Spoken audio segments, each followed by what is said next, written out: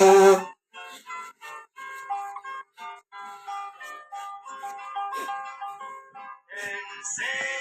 a vivir que no me espante la tumba más que el lecho del reposo. Enséñame a vivir para que pueda el día del juicio despertar glorioso. Pueda reposar en ti mi vida, mis párpados lo cierren dulce sueño, un sueño en que vigor puedas prestarme para servirte al despertar. Muy buenos días, amados hermanos, hermanas de la fe. Dios les bendiga en esta mañana. Les saludo en el poderoso nombre del Señor y Salvador Jesús. Saludamos a nuestro hermano Claudio Saavedra, que está en sintonía en esta mañana. Dios le bendiga, un abrazo. Y a nuestro hermano Aranco, si no me equivoco, Amer Aranco. Dios le bendiga desde Colombia. Dios le bendiga. ¿Cómo amaneció? Dice, sí, amanecimos bien, gracias al Señor, esperando que en este día, en esta nueva jornada, Dios sea con cada uno de nosotros. También a nuestro hermano Daniel Vergara de la República de Argentina. Amén. El día de ayer concluimos con el capítulo 12 del libro de Hechos, donde concluye, le saludamos también en nombre del Señor Jesús, a todos, en el nombre de Jesús. Gracias por la sintonía en esta mañana muy temprano, un día muy, muy helado acá en Santiago de Chile, pero aquí estamos con la ayuda del Señor, amén, con nuestro programa de la mañana. Hoy por la tarde tenemos culto en el lugar de Trieste a las 19:30 horas, y mañana, no se olvide, tenemos el programa Conversando las Escrituras, nuestro hermano Leopoldo Prieto y nuestro hermano Alberto Catejo. Mañana tomaremos el tema el pragmatismo. ¿Qué es el pragmatismo? Bueno, mañana por la noche, si Dios así lo permite, estaremos hablando del pragmatismo. Dice Colombia, Medellín, Paz, Paisa, ministro, bendiciones, mi amado pastor, Dios y patria. Bendición. Esa es la patria celestial. Amén.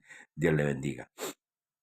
Mi hermano Claudio Savera dice, bendiciones mi hermano, en el nombre de Jesús. Saludos, Pastor José Pérez, en el nombre de Jesucristo, nuestro hermano Daniel Vergara. Bien, vamos a lo nuestro. El día de ayer concluimos el capítulo 12 y el último versículo 25.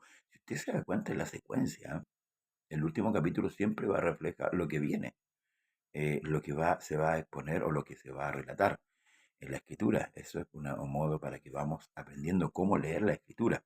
Porque a veces, yo me acuerdo en mi principio, Rosario, Argentina, menos de 5 grados. Aleluya, el Señor. Hay que abrigarse harto, hermano Daniel. Amén. Pero gloria al Señor por este día. Amén. Bendito sea su nombre. Porque recordemos que al principio la escritura, hermanos amados, no estaba dividida ni en capítulos ni en versículos. Por eso que nosotros, por ejemplo, cuando enseñamos a la iglesia, por ejemplo, la carta a los Efesios, esa carta debe ser leída completa. Cuando se corta, se deja inconcluso, ¿verdad? Entonces la enseñanza no es clara. No es clara. Nosotros tenemos muchos predicadores, pero carecemos de enseñadores, y ese es el problema de la iglesia. Entonces, claro, nos gozamos con un mensaje, ¿verdad? Donde se citan 1, 2, 3, 10 textos, ¿verdad?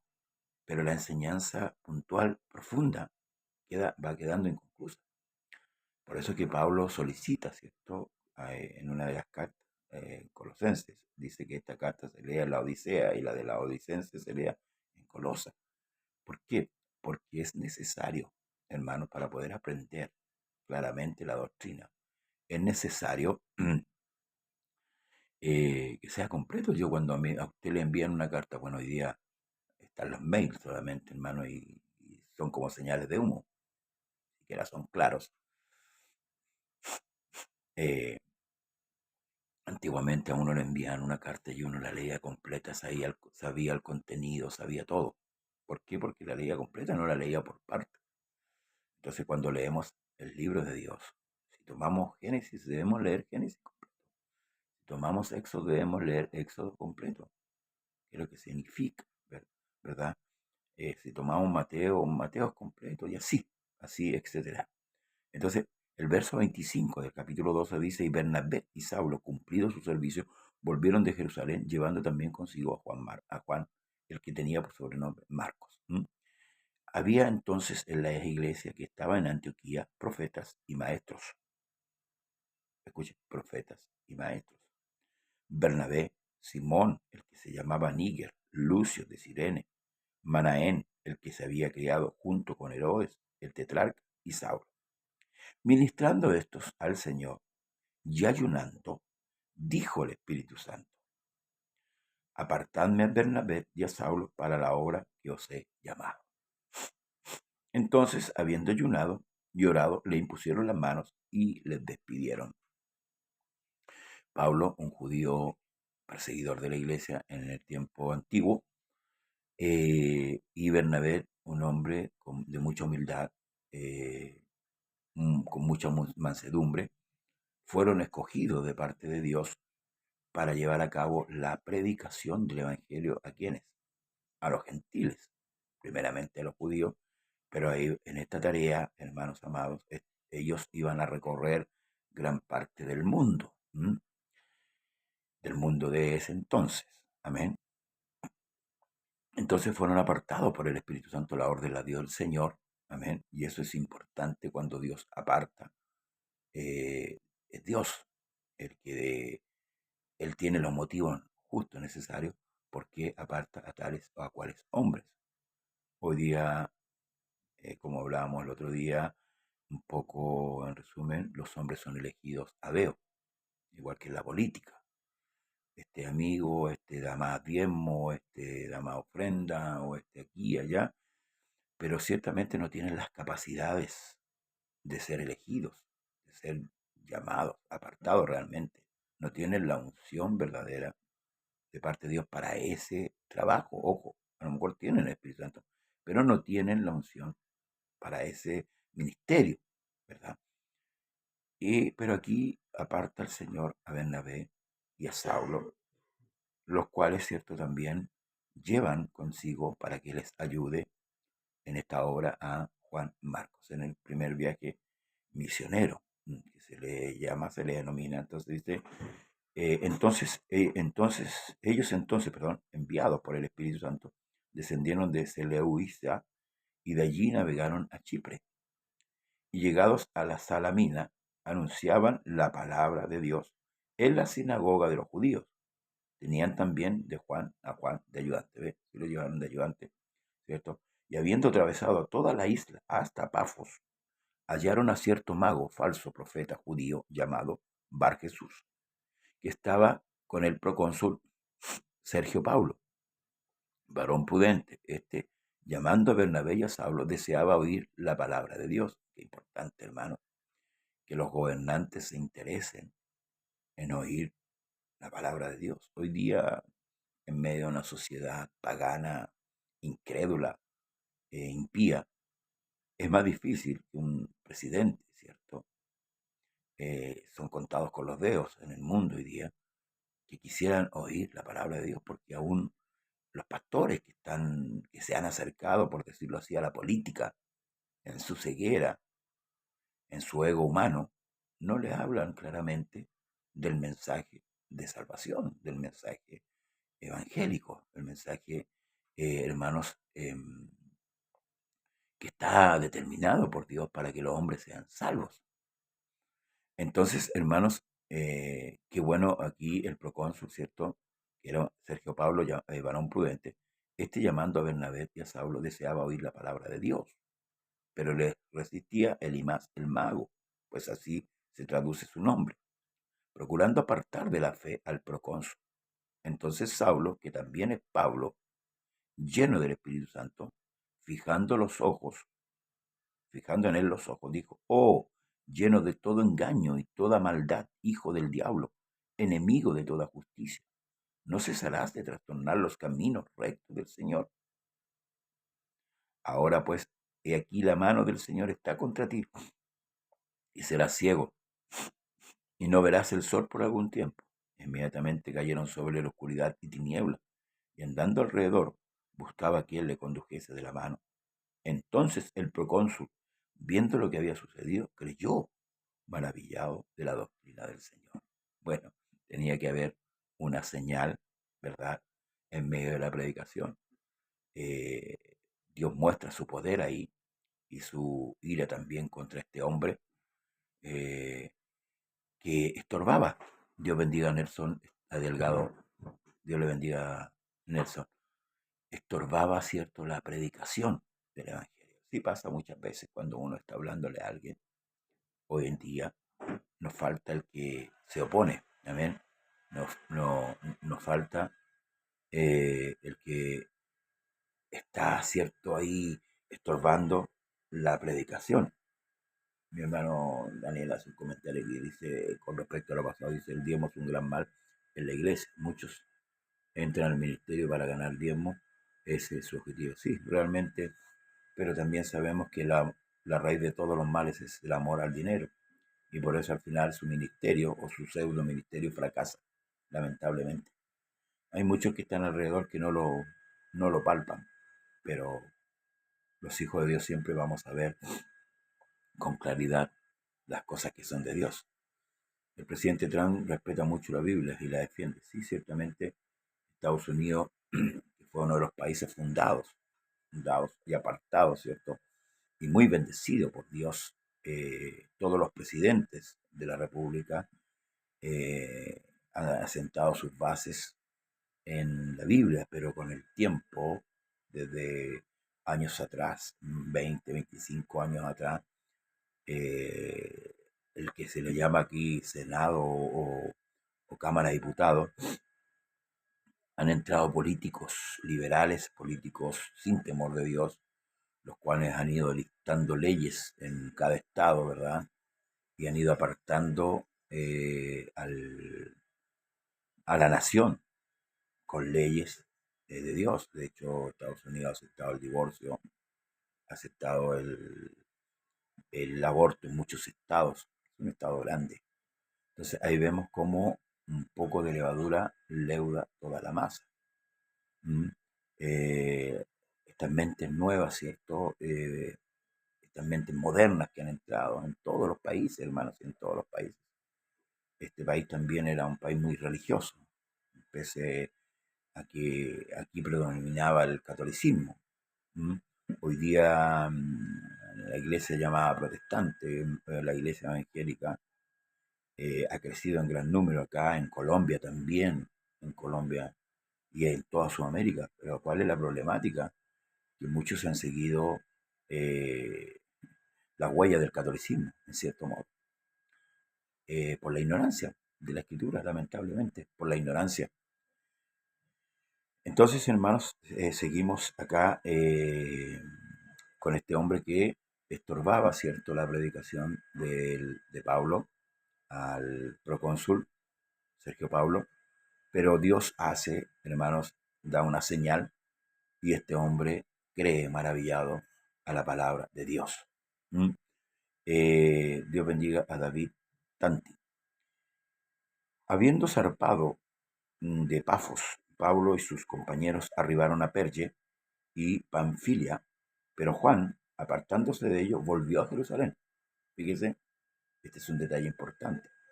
Juan apartándose de ellos, volvió a Jerusalén. Ellos pasando de Perge llegaron a Antioquía de Pisidia y entraron en la sinagoga un día de reposo y se sentaron.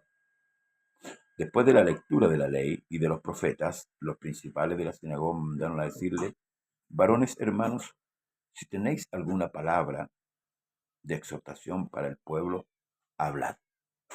Entonces Pablo, levantándose, hecha señal de silencio con la mano, dijo: varones israelitas, y los que teméis a Dios, oíd. El Dios de este pueblo, de Israel, escogió a nuestros padres, enalteció al pueblo siendo ellos extranjeros en la tierra de Egipto, y con brazo levantado los sacó de ella. Y por un tiempo, como de 40 años, los soportó en el desierto. Habiendo destruido 7 naciones en la tierra de Canaán, les dio herencia en su territorio. Después como por 450 años les dio jueces hasta el profeta Samuel. Luego pidieron rey y Dios le dio a Saúl, hijo de Cis, varón de la tribu de Benjamín, por 40 años. Quitado este, le levantó por rey a David, de quien dio también testimonio diciendo: he hallado a David, hijo de Isaí, varón conforme a mi corazón, quien hará todo lo que yo quiero. De la descendencia de este, y conforme a la promesa, Dios levantó a Jesús por Salvador a Israel. Antes de su venida predicó Juan el Bautista el bautismo de arrepentimiento a todo el pueblo de Israel. Mas cuando Juan terminaba su carrera, dijo: ¿quién pensáis que soy?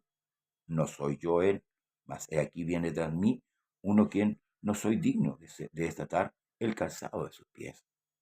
Varones hermanos, hijos de linaje de Abraham, y de los que entre vosotros teméis a Dios, a vosotros es enviada la palabra de esta salvación, porque los habitantes de Jerusalén y sus gobernantes, no conociendo a Jesús, ni las palabras de los profetas que se leen todos los días de reposo, las cumplieron al condenarle.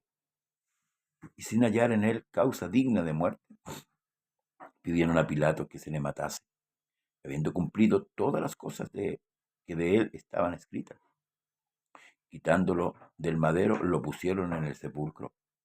Mas Dios le levantó de los muertos, y él se le apareció durante muchos días a los que habían subido juntamente con él de Galilea a Jerusalén, los cuales ahora son sus testigos ante el pueblo. Y nosotros también os anunciamos el evangelio de aquella promesa hecha a nuestros padres, la cual Dios ha cumplido a los hijos de ellos, a nosotros resucitando a Jesús, como está escrito también en el Salmo 2: mi hijo eres tú, yo te engendré hoy. En cuanto a que le levantó de los muertos para que nunca más, para que nunca más volver a la corrupción, lo dijo así: os daré la misericordia fieles de David. Por eso dice también en otro salmo: no permitirás que tu santo vea corrupción. Que a la verdad David, habiendo servido a su propia generación, según la voluntad de Dios, durmió y fue reunido con sus padres y vio corrupción. Mas a quien Dios levantó no vio corrupción. Sabed, pues, estos varones hermanos, que por medio de él se os ha anunciado el perdón de pecados, y que todo aquello de que por la ley de Moisés no pudiste ser justificado, en él es justificado todo el que en aquel que cree. Mirad pues que no venga sobre vosotros lo que está dicho en los profetas.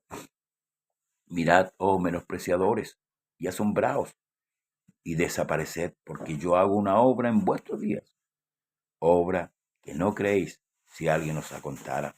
Cuando salieron ellos de la sinagoga de los judíos, los gentiles les rogaron que el siguiente día de reposo les hablase de estas cosas. Y despedida la congregación, muchos de los judíos y de los prosélitos piadosos siguieron a Pablo y a Bernabé, quienes hablándoles les persuadían a que perseverasen en la gracia de Dios. Claro, el apóstol Pablo les habla, ¿cierto?, de este Jesús que ellos habían matado, ¿verdad?, en injusticia, y les habla de que claramente que por la ley, el hombre no va a ser justificado. En el verso 39 dice claramente: Dios bendiga a nuestro hermano Rodrigo Vázquez, y que de todo aquello de que por la ley de Moisés no pudiste ser justificado, en él es justificado todo aquel que en él cree.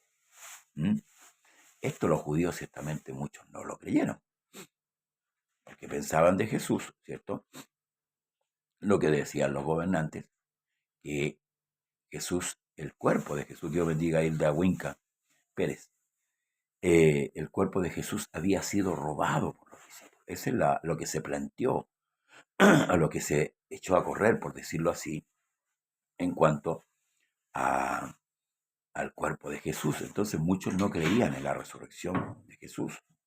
Y por eso Pablo plantea claramente que David sí había visto corrupción. O sea, David sí se había corrompido el cuerpo de él. ¿Mm?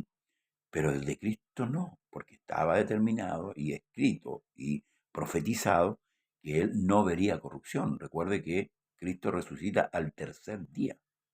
Como dice por ahí Pablo, suelto de los dolores de la muerte, él resucita. No hubo corrupción, el cuerpo no se empezó a corromper, porque todo cuerpo ya después del tercer día empieza a, a tomar una condición putrefacta. Eso es lo que se dijo, ¿se acuerda usted de Lázaro? Marta se lo dijo a Jesús, y es de ya, la putrefacción estaba ya en Lázaro. Recordemos que el Evangelio relata tres tipos de muerte. La muerte de la joven que había fallecido recién, la muerte del joven que ya había ido, va a ser sepultado, y la muerte de Lázaro que ya estaba sepultado. Si lo miramos en el sentido espiritual de la vida del hombre, refleja claramente lo que Pablo dice, que nosotros estábamos muertos en delito y en pecado. Ahora, la condición de muerte de esas tres, ya sea la hija de Jairo, el hijo de la viuda, ya sea Lázaro, era condición de muerte, con tiempo determinado, pero es condición de muerte. Como decía un predicador, si usted veía a la niña estaba recién como durmiendo. Es como cuando usted ve a alguien en un cajón, lo ve, ¿cierto? Ya todavía no están los efectos de la muerte, donde los gusanos empiezan a corromper, a comerse el cuerpo, ¿verdad? Y el cuerpo empieza a desfigurar. ¿Mm? Ahora, ¿por qué hago mención de esto? Porque muchas veces la vanidad del hombre no acepta que eso va a ser así. Y eso es así.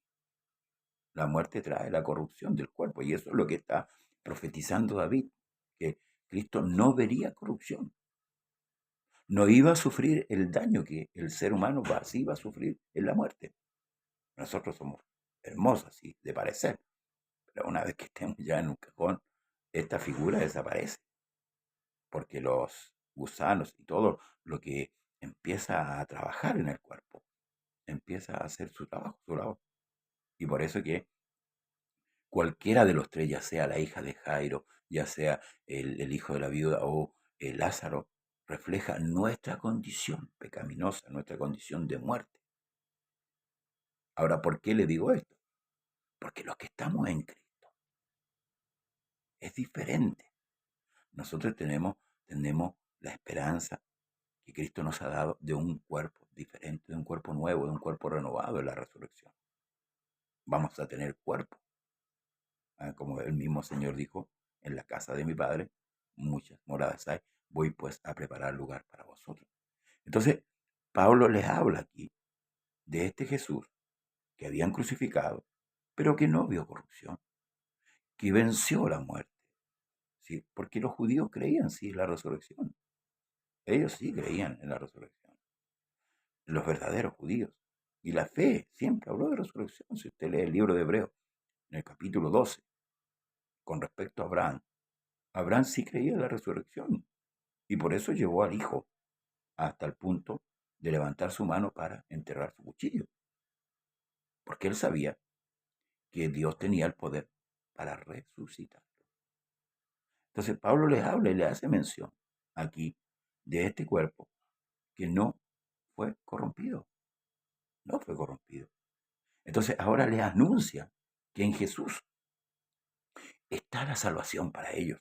Porque de todo aquello que por la ley de Moisés no pudieron ellos ser justificados, porque la ley no justifica a nadie. Al contrario, la ley condena al hombre. La ley mata y condena al hombre. Entonces, por la ley nadie va a ser justificado. Ahora, ¿es por eso la ley mala? No, de ninguna manera. La ley refleja el conocimiento de lo bueno y de lo malo. Ese fue el papel de la ley. Para eso Dios mandó la ley. Por eso queda el salmista David dice, la ley del Señor es perfecta, que convierte el alma. Pero claro, la ley me ordena, ¿verdad? Pero yo no tengo la capacidad de obedecerla. Y aquí es lo que tenemos que entender, que después Pablo en las cartas doctrinales lo habla en profundidad, y que todo creyente debe entender que nosotros somos incapacitados de cumplir la ley.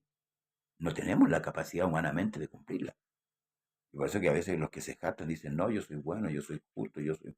Sí, moralmente usted puede ser mejor que el vecino o el de la vecina, pero espiritualmente usted es un corrupto, un pecador, un impío, y yo igual, que nosotros humanamente no tenemos la necesidad, y por eso que aquí claramente, y que todo aquello de que por la ley de Moisés no pudiste ser justificado en él, ¿y quién? En Cristo, por eso que es necesario que el hombre se arrepienta. Permítame.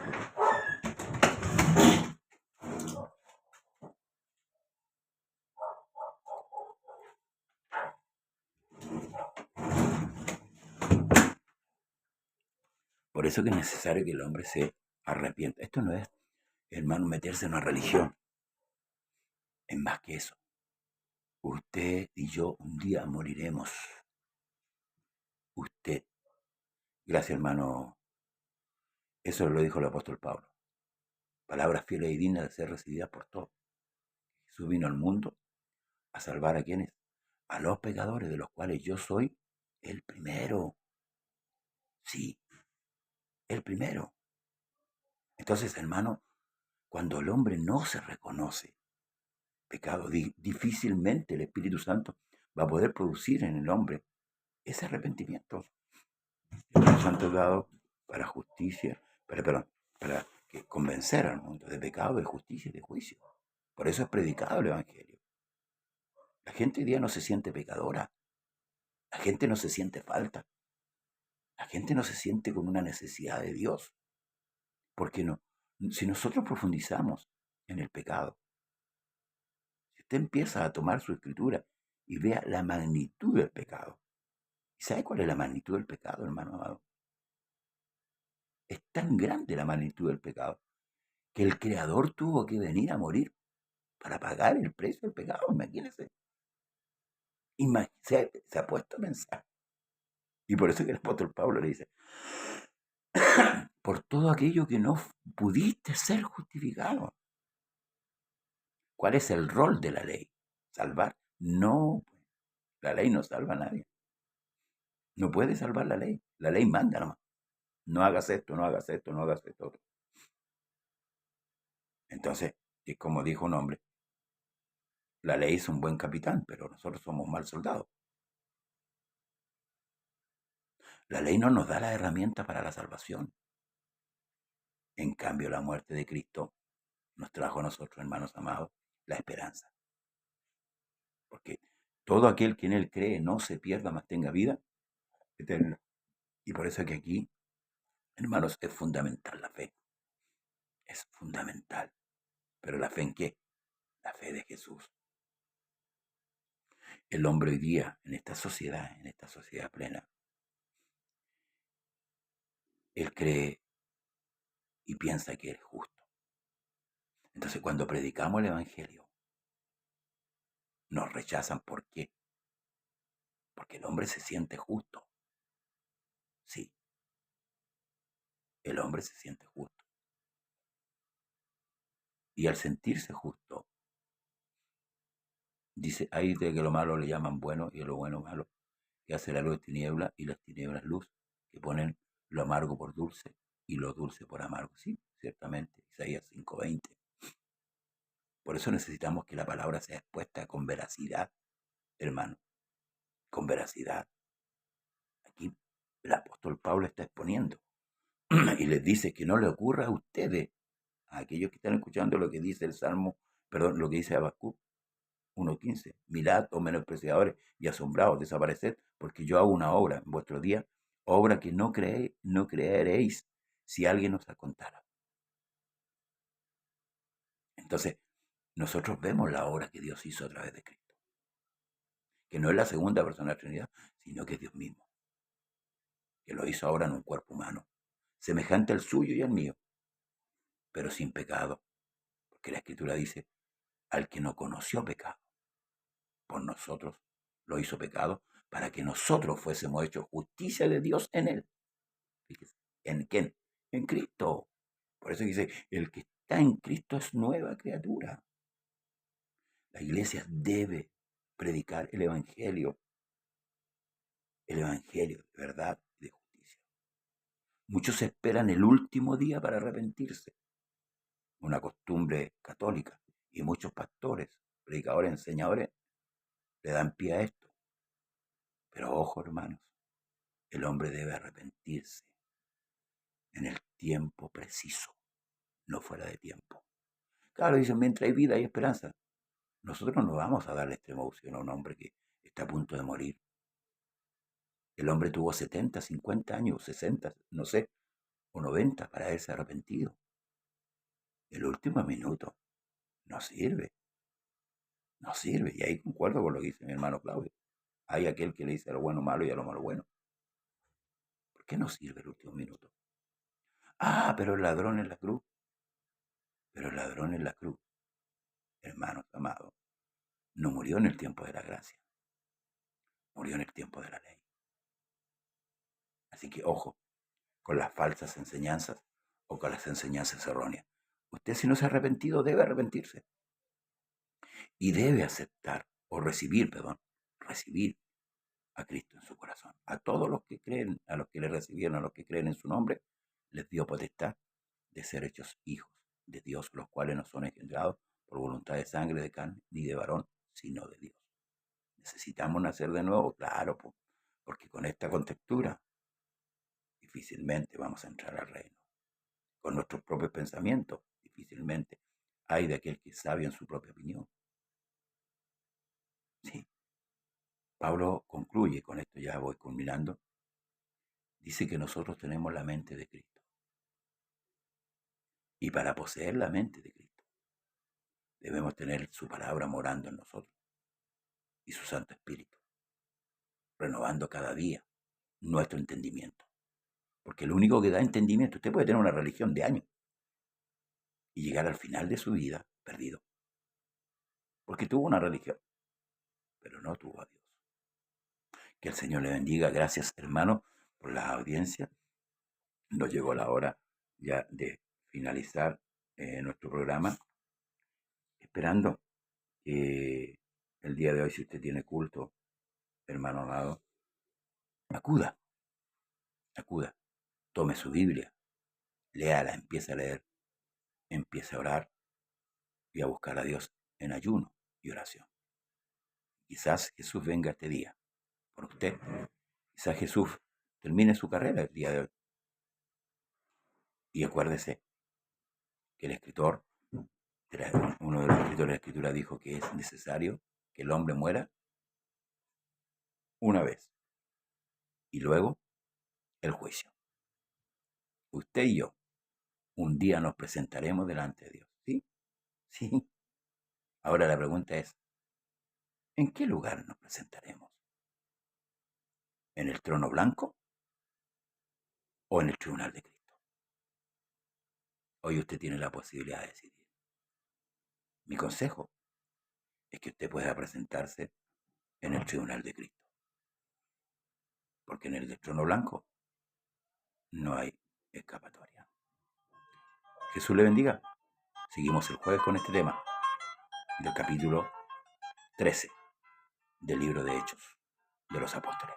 Un abrazo, bendiciones para usted y para toda la familia. Ahora ti, mi Dios, en esta noche, por todas las bondades de este día. Oh, guárdame y que tus potentes alas sean por siempre la defensa mía. De cuántas faltas hoy he cometido,